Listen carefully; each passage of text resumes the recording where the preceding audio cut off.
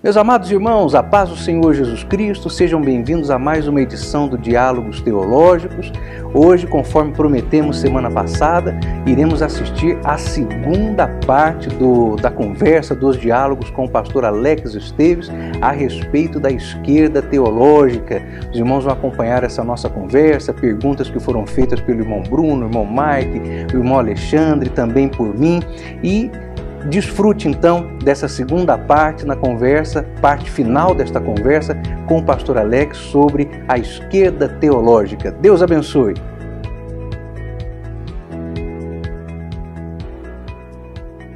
Pastor, aqui é o Bruno. A gente percebe que a esquerda teológica tem uma interpretação bíblica que difere da ortodoxa. Qual é essa diferenciação que eles fazem da interpretação? A base está nos pressupostos. Porque veja só, o que é hermenêutica? Hermenêutica é a arte e ciência de interpretar textos. Mas, quando nós vamos ver do que se trata a hermenêutica, ela é tripartite, se nós podemos dizer assim. Ela trata de pressupostos, regras e métodos de interpretação, correto? Pressupostos, métodos e regras de interpretação. Quando eles dizem que todo mundo lê com pressupostos, é verdade, ninguém é uma tábula rasa. Todavia, o que eles querem é incutir em nós pressupostos equivocados. Quais são os pressupostos válidos? Pastor Claudio Corrêa de Andrade,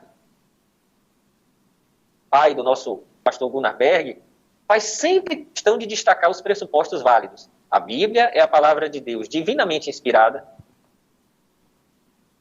infalível, autoritativa, absoluta, suficiente, compreensível e eterna. Quando eu olho para a palavra de Deus,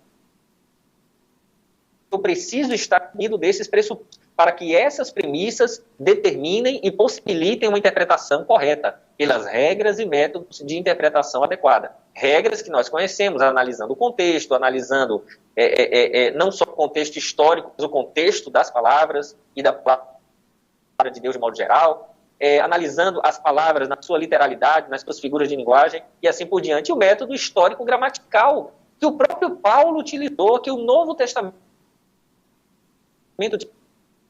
eles não concordam que a Bíblia seja inerrante. Eles começam a dizer, não, tudo é interpretação. No nosso meio já tem gente assim, meus irmãos. Tudo é interpretação. A linguagem não pode absorver a verdade. Né? A linguagem não pode absorver a verdade. Agora, fica à vontade, pode falar, pastor. Eu tenho acompanhado alguns debates daquela rede de estudos latino-americanos, dos pentecostais, alguma coisa assim. Relep. Então, o que eu tenho observado, exatamente características que o senhor tem descrito aí. Primeiro, uma fuga patológica da necessidade de ser conclusivo num debate. Eles não concluem. Todas as questões estão em abertas. Todas as premissas não podem ser jamais fechadas. E a outra coisa que é exatamente isso que o senhor está dizendo aí, eles tratam a Bíblia como se a palavra de Deus estivesse suscetível aos sabores do momento, e há uma frase que eles têm repetido quase que como um mantra, para mim é retrato de esquerdismo teológico. Uma nova tradição dá novo sentido à tradição anterior. É isso mesmo?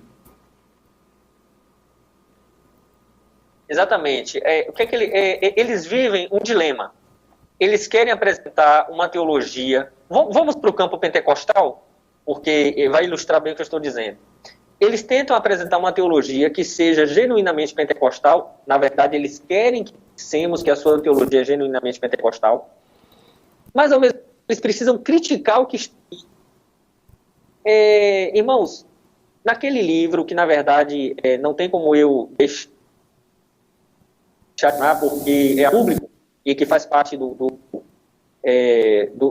meu trabalho com relação a isso, mas naquele livro que saiu de circulação, Experiência Hermenêutica Pentecostal, era da CPAD, a CPAD retirou de circulação adequadamente, do Kenner Terra e Davi Mesquiati de Oliveira, né? Acho que é válido, pastor Gunnar, citar esse fato. Naquele livro, eles dizem que querem apresentar algo que é uma teologia pentecostal. Só que lá eles dizem o seguinte, olha só, eles querem revisar crenças fundamentais da fé cristã, revisar o conceito de centralidade, revisar o conceito de centralidade da Bíblia, E dizem que a teologia pentecostal que existia até hoje não é teologia pentecostal, era teologia pentecostal, era teologia escrita por pentecostais. Então, Antônio Gilberto, no Correio da Cidade, Bíblia de Estudo Pentecostal, Abraão Almeida, para eles, então, pode esquecer tudo isso, tá certo? Esquecer tudo isso, Estevão Ângelo,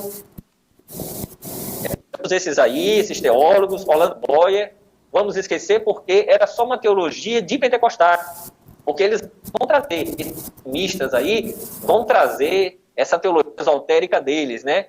Ou seja, é uma teologia lá dos academicistas que o homem comum não alcança, uma teologia muito elevada, eles vão ensinar nova teológica, eles é que vão nos ensinar a tocar esse instrumento. E eles dizem que essa teologia anterior não era verdadeira, não era verdadeiramente pentecostal, porque era muito baseada nos métodos de interpretação reformada. Mas vem cá, hermenêutica não é a mesma, inventaram agora uma hermenêutica pentecostal. E estão lançando artigos e livros sobre isso. Irmão, nós devemos saber, hermenêutica é uma só. Existem conclusões equivocadas de hermenêutica. Existem conclusões erradas em razão de aportes teológicos equivocados. Todavia, a hermenêutica é a pressuposição adequada de que a Bíblia é tudo aquilo que a gente mencionou, inspirada por Deus, etc. Regras que a própria Bíblia nos apresenta, uma regra de ouro é de que a Escritura Lutero falou muito disso, e a Reforma Protestante, né? Também o método histórico gramatical, eles dizem, não, a Bíblia não, eles ficaram com raiva, a Declaração de Fé da Assembleia de Deus diz lá que a Bíblia deve ser interpretada conforme critérios históricos e gramaticais. Eles querem outros métodos pós-modernos, de desconstrução, etc. Mas, assim, nós precisamos avaliar o seguinte, se nós começarmos a nos distanciar da ortodoxia, onde é que nós vamos parar? Onde é que nós vamos parar? E eles começam, pastor Guna e amados irmãos, Mike, Alexandre e amados ouvintes, eles começam falando da liderança, falam mal de filhos, de declarações de fé, e daqui a pouco entram para desconsiderar o que está escrito na palavra do Senhor. Bom, Mike, tem mais uma pergunta para o senhor? Pastor, a minha pergunta é se esse movimento da esquerda teológica, ele é um movimento que já se tornou denominacional ou ele ainda está voltado a indivíduos, né? Pela influência de indivíduos. E eu estou ouvindo aqui essa nossa discussão até agora e eu tenho pensado sobre, já é uma outra pergunta em cima dessa, sobre como isso afeta a realidade da igreja. Porque parece ser um assunto um tanto acadêmico, né? Uhum. Mas como isso, chegando lá no final da linha, lá na congregação, lá nos irmãos que estão ouvindo a mensagem de terça, quinta, sábado, domingo, nos dias do culto, como a esquerda teológica afeta a igreja naquele momento ali da congregação, onde os irmãos se reúnem. Então são duas perguntas, né? Isso. Ficou claro, pastor? Excelente, excelente. O que acontece? Primeira coisa, é individual mais duas coisas. Eles estão assumindo espaços de poder nas igrejas. Por exemplo, eu sei de lugares aí onde há representantes da RELEP, Rede Latino-Americana de Estudos Pentecostais, que já estão dirigindo seminários teológicos oficiais da Assembleia de Deus, em alguns lugares. Já está acontecendo isso. Eles estão em instâncias de editoras, ou seja, são indivíduos, mas estão se organizando e preenchendo espaços de poder. E outra poder, eu digo influência. E outra questão é que eles estão se organizando mesmo em grupos. Essa Rede Latino-Americana de Estudos Pentecostais, eu tenho que mencionar, porque eu até fiz um texto, Os Filhos de Francisco. Irmãos, essa Rede Latino-Americana de Estudos Pentecostais enviou para o Sínodo da Amazônia um evangelista lá de um estado do Nordeste, que, na verdade, ele foi lá falar com o Papa, né? Na verdade, houve também, não sei se foi esse mesmo, mas houve assembleanos, porque um site do Vaticano, acho que é Vatican News, diz que havia representantes da Assembleia de Deus na renovação do Pacto das Catacumbas, que tem a ver com a teologia da libertação.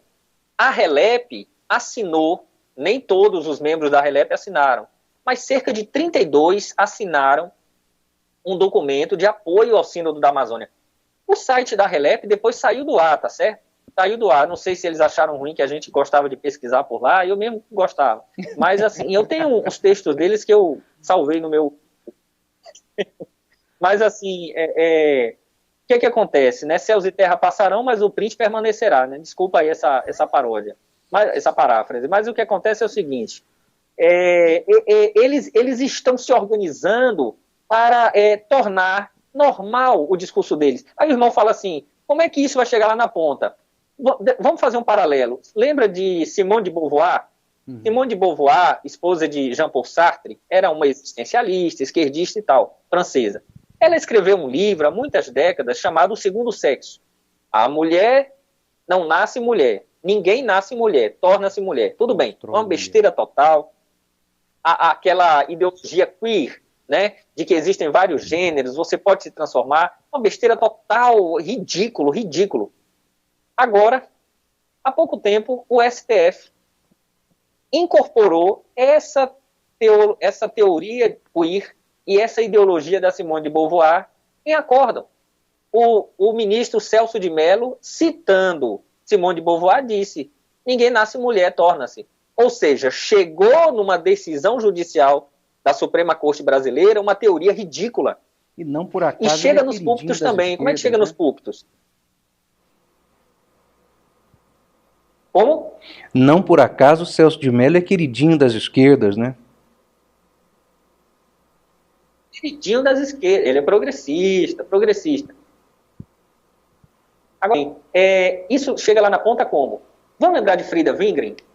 Né? Eu gosto de dizer, você já tem a Frida Kahlo, deixa a nossa Frida em paz. Né? Frida Kahlo, sim, é ícone do feminismo. Estão querendo transformar Frida Wingren no ícone, como se ela fosse uma feminista avant la lettre, né? Uma feminista antes do seu tempo, uma proto-feminista. O que eles estão fazendo com a Frida Wingren é uma falta de respeito histórico.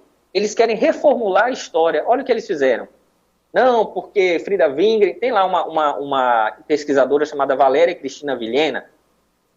A BBC Brasil, em 2018, salvo engano, fez com base numa tese de doutorado, uma pesquisa da Valéria Cristina Vilhena, uma reportagem acerca de Frida Wingren, a missionária perseguida no Brasil e internada no hospício e tal. Eles ouviram um historiador da Assembleia de Deus, né, uma pessoa aí, ouviram um membro da igreja lá de Levi Petrus. Esse membro da igreja de Levi Petrus diz assim, quando ele é perguntado, vocês ordenam mulheres a posições de liderança? Ele disse, claro, nós nos orgulhamos de nós gostamos de ser considerados uma igreja progressista. Né? Essa pesquisa foi feita para tentar mostrar que a Frida Wingren é uma feminista, que brigava com Samuel Nistron, né, que tinha caso de adultério, que na verdade era uma mulher emancipada, que Daniel Berg... tem até um estudioso da RELEP, Gedeon Freire de Alencar, ligado à igreja do Ricardo Gondim, que ele disse que na verdade o Daniel Berg era quase uma nulidade, o Gunnar Wingren ficava ali na retaguarda e quem mandava mesmo era a Frida Wingren, que escrevia, que fazia, acontecia, que ela só não pôde mais porque Samuel Niston não deixou. E eles tentam fazer essa revisão histórica por essa chave de gênero e sexo.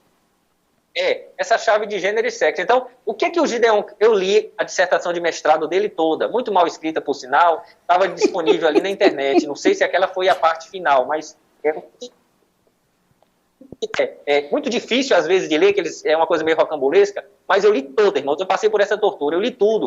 E o que ele diz é o seguinte, ele vai tentando mostrar o pentecostalismo como um movimento social nos moldes esquerdistas, movimento de negro, de mulher, e ele coloca Gunnar Wingren e Daniel Berg como é que você pode enxergar Gunnar Wingren e Daniel Berg de uma forma oprimida? Ah, não, eles eram suecos, mas eles eram de uma igreja livre na Suécia, e a opressão estava na igreja estatal luterana. Mas interessante... Então, assim, eles eram os oprimidos e a igreja oprimia. Oi? Interessante, o Mike perguntou, né? Como isso chega lá na ponta, na congregação.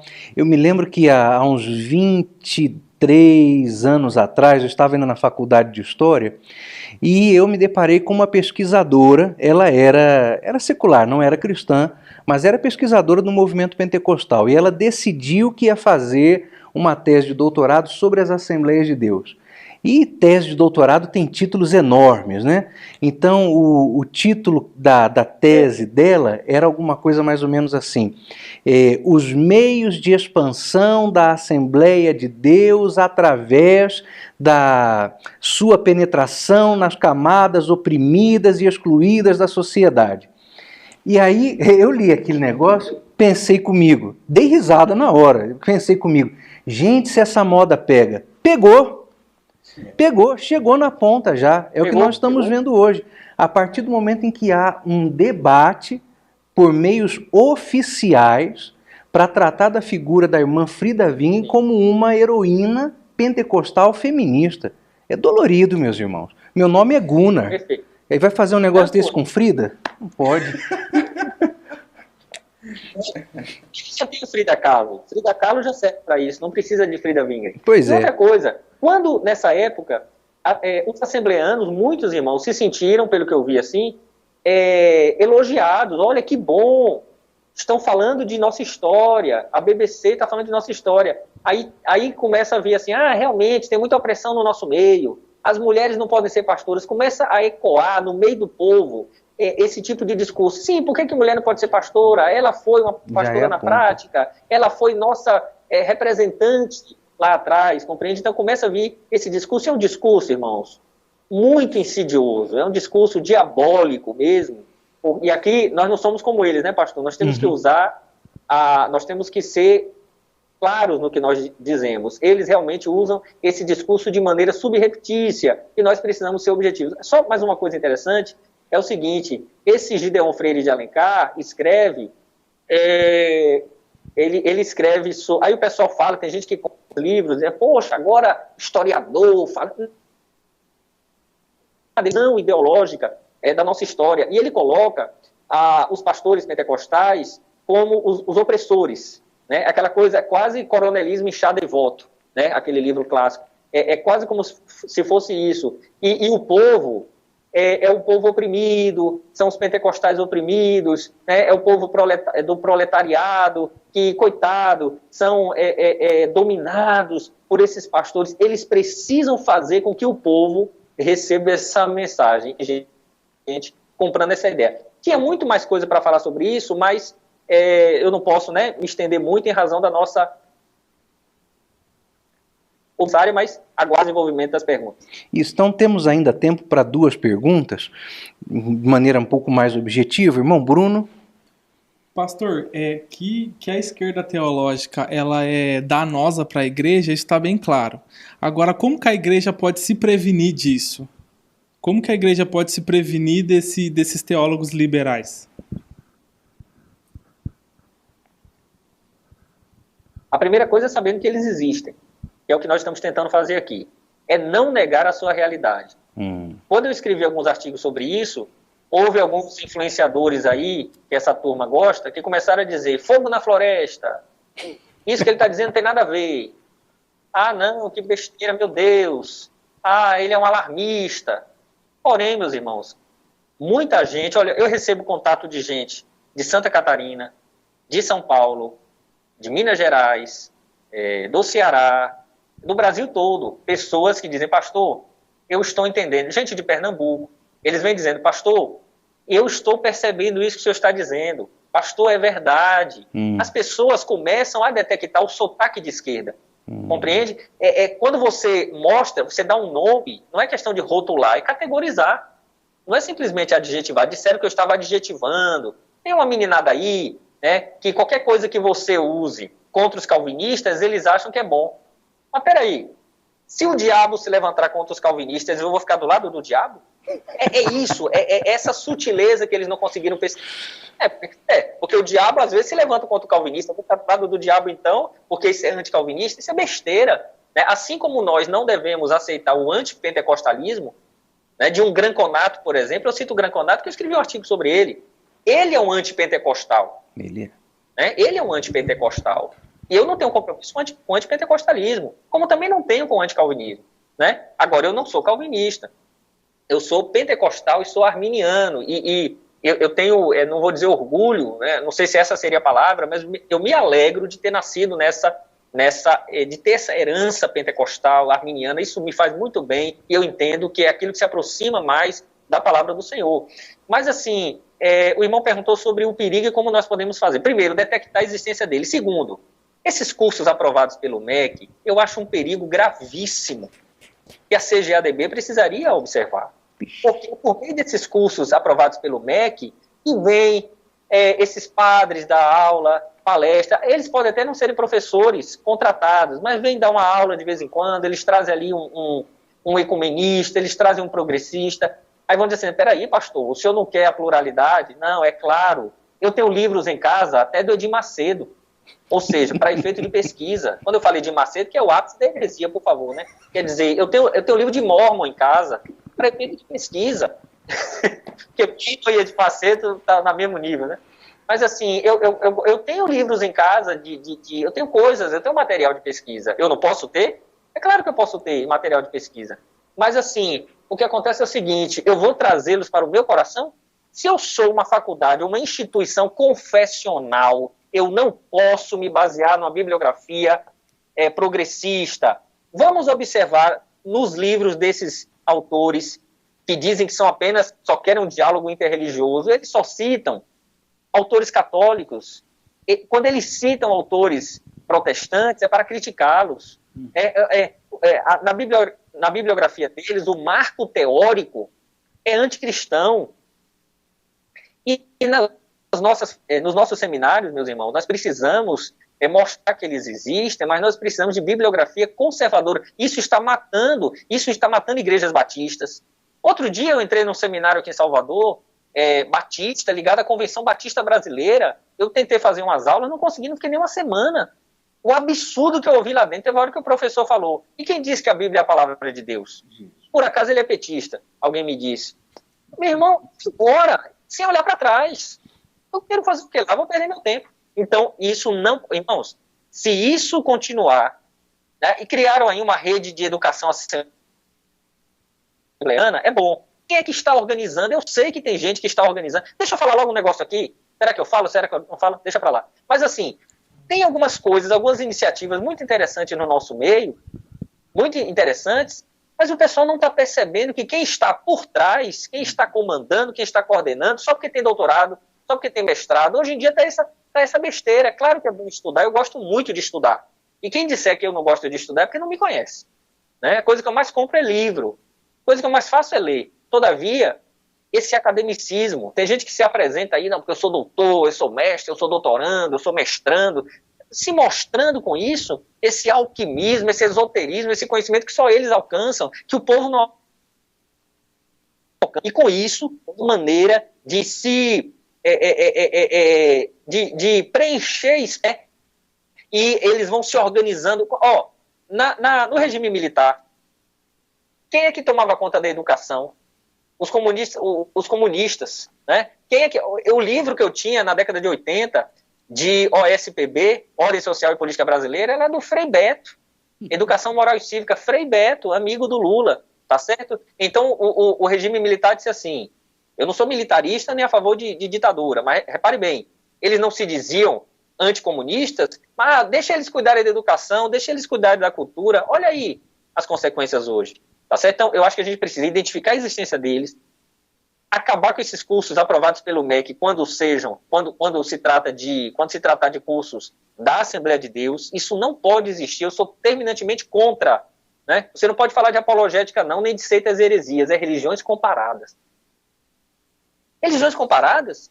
Apologética, sim. Seitas e heresias, sim, senhor. Tá certo? E essas matérias que eles estão acrescentando, que vão matar a fé de muitos irmãos. Teologia liberal mata. Última pergunta, Dom Alexandre. Pastor Alex, se eu não sou, então, da esquerda teológica, então eu sou de direita? Não, essa pergunta é muito inteligente, porque eles querem nos taxar, eles não querem dizer que são esquerdistas teológicos, eles são progressistas, eles são do bem, eles querem o bem da ecologia, eles querem o bem do gay, eles querem o bem do negro, eles são bonzinhos, eles têm uma moral, né? O filósofo Luiz Felipe Pondé que diz isso. Eles são moralistas, eles fazem o tribunal das redes sociais, né? Eles são puristas, eles têm uma pureza, uma carta de pureza. Uma pessoa faz um comentário lá que eles dizem que é homofóbico, a pessoa vai pedir, pelo amor de Deus, me perdoe. Eles têm a sua cartilha de pureza e tal. Agora, eles não querem ser considerados de esquerda teológica, para não haver um rótulo. Mas todo mundo que denuncia o que eles são é chamado de direitista. Não, eu sou conservador, certo? Eu não gosto de ser taxado de bolsonarista, isso e aquilo. Eu sou conservador, né? Conservador de tipo britânico, digamos assim, né? Roger Scruton, né? Não sei a pronúncia. Gosto do Chesterton. Gosto desses autores, né? Aquele conservadorismo britânico. Eu entendo o seguinte: ideologia, utopia, tudo isso deve ser rechaçado, né? Aqueles modelos abstratos. Eu gosto daquilo que é mais prudente, aquilo que foi provado pelo tempo, foi provado pela história, a civilização judaico-cristã, aquilo que deu certo, aquilo que evoca princípios que eu considero válido. E considero que o conservadorismo, pela palavra do Senhor, você pode ver conservadores são até ateus, mas que valorizam. Porque posso citar Rodrigo Constantino, eu não concordo com tudo que ele diz, mas ele é um ateu que valoriza o cristianismo. Ele é ateu. O Luiz Felipe Pondé é ateu, valoriza o cristianismo. Escutam, ateu, valoriza o cristianismo. Então, observe bem, você nota aí que eles tentam nos rotular como direitistas para ficar essa questão, não, eles só nos criticam idealizados. Não é por aí. Nós podemos ter, irmãos, um diálogo, e aí eu acho muito interessante, com aqueles esquerdistas que, na verdade, ainda são conservadores na doutrina, e mostrar para eles as falácias que há em sua ideologia política, né, e a contradição que há em sua ideologia política e a Bíblia. Eu acho que há esse diálogo possível e produtivo. Agora, diálogo com heresia, diálogo com aqueles que, na verdade, defendem uma teologia de esquerda, não dá. É interessante que esse pessoal gosta de ter diálogo, eles odeiam os reformados, odeiam os conservadores como eu e como os irmãos, mas eles querem ter diálogo interreligioso com tudo o que não presta. Eu não estou me referindo às pessoas, mas às teorias que elas defendem. Né? Essa Relep mesmo, o que eles defendem de bom? Feminismo? Tem gente aí, irmãos, defendendo, gente até nova, defendendo pastorado feminino na Assembleia de Deus, com argumentos ridículos. Argumentos ridículos, risíveis. Entendeu? Existem pessoas que vêm do pastorado feminino melhores, errados também, mas argumentos melhores. Né? Argumentos totalmente... Tem um aí que está dizendo que Lucas era um pentecostal, que o evangelista Lucas era um teólogo feminino carismático. Como se diz aqui na Bahia, me faça uma garapa. Não tem nada a ver com a outra, entendeu? Mas eles, irmãos, estão... Como é que isso chega lá no púlpito? Como é que isso chega lá no púlpito, no meio do povo? Há um empoderamento. E eles começam a tentar dizer que o pentecostalismo é mais próximo desse discurso, porque eles começam a dizer assim, não, até aí, eu fico querendo citar nomes, mas não é o momento. Mas ficam dizendo, não, a corporalidade do pentecostal, a feminilidade das igrejas pentecostais. Eles fazem uma leitura que não é hermenêutica, é de ciência da religião, não é teológica, é de ciência da religião, é de teoria do conhecimento, não é de como o conhecimento se tem alcançado e praticado nas igrejas pentecostais. Irmãos, o assunto é muito amplo. Um dia, se os irmãos quiserem, a gente pode tentar marcar para falar só de teologia da experiência. Só teologia da experiência. Fica uma dica, uma sugestão. Aí é pano para manga. Aí a gente vai ficar aqui coisa boa para a gente. Pastor Alex, nós queremos agradecer o senhor por ter participado conosco. dessa edição do nosso programa, uma grande satisfação, uma alegria. Não tá pegando. Será que desligou? Ligou. De novo. Pastor Alex, queremos agradecer ao senhor por ter participado conosco do nosso programa. Para nós foi uma satisfação muito grande, uma grande alegria, um assunto atual, e queremos louvar o senhor porque nesse assunto o irmão tem sido atuante. Então que Deus o abençoe ricamente. Sugestão sobre a conversa da teologia da experiência está anotada e já é pauta para nós aqui, obrigatória, o senhor tenha certeza. Então queremos agradecer ao irmão em nome dessa equipe, em nome da ETAD. E o irmão é sempre muito bem-vindo em nosso programa. Agradeço muito, quero mencionar os irmãos Mike, irmão Bruno, irmão Alexandre, que estiveram aí com o pastor Guna. O pastor Guna é um amigo, né? Os irmãos também, já afirmo desde já que os irmãos são meus amigos, né? Estou à disposição dos irmãos. Eu louvo a Deus por essa instituição, louvo a Deus pela vida do pastor Guna, que é um líder e tanto. Deus continue abençoando o seu servo, porque eu sei que ele ama esse trabalho teológico e nasceu para isso. E todos esses irmãos estão engajados, eu sei que são muitos, que Deus abençoe ricamente. Irmãos, nós vamos vencer, em nome de Jesus, que as portas do inferno não prevalecerão contra a igreja. Amém. Meus irmãos, despedimos-nos aqui mais uma vez, como todas as semanas, esperando que o nosso Deus nos conceda a oportunidade de mais um programa na próxima sexta-feira, se Deus quiser. Irmão Mike. Deus abençoe e até sexta que vem. Irmão Alexandre. Até a próxima. Bruno. Pai do Senhor, irmãos. Até a próxima edição dos Diálogos Teológicos, em nome de Jesus. Deus abençoe os irmãos.